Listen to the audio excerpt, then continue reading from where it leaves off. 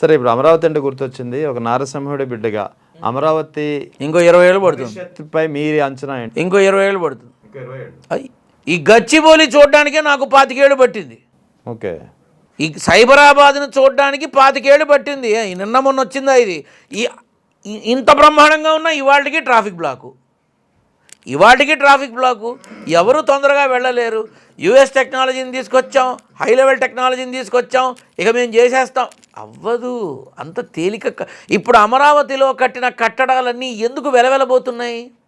ఎందుకు పెచ్చులుడిపోతున్నాయి? ఎందుకు బీటలు వారినాయి? ఎందుకు ఏది ముందుకెళ్ళట్లేదు?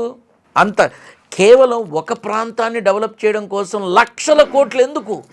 ఒక్క ప్రాంతం డెవలప్ చేయడం కోసం ఆ భారం యావత్ రాష్ట్ర ప్రజానీకం మీద పడుతుంది. అవును. మేమేగా కట్టాల్సింది వడ్డీలు. మీరు చెప్పిన ఇంట్రెస్ట్లు సగటు మనిషి సంపాదించిన దాంట్లోనే కటింగ్లు అవుతాయి. ఇంకెక్కడి నుంచి వస్తాయి డబ్బులు?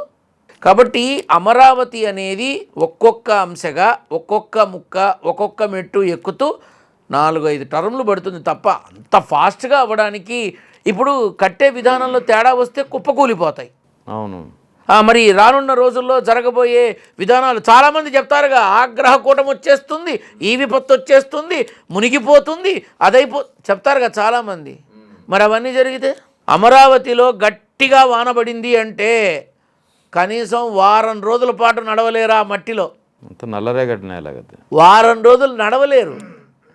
సో ఇవన్నీ గ్రహించాలి. వాటర్ బేస్ రివర్కి దగ్గరగా ఏం కట్టచ్చు, ఏం కట్టకూడదు. నదికి చాలా దగ్గరగా ఉంది కదా.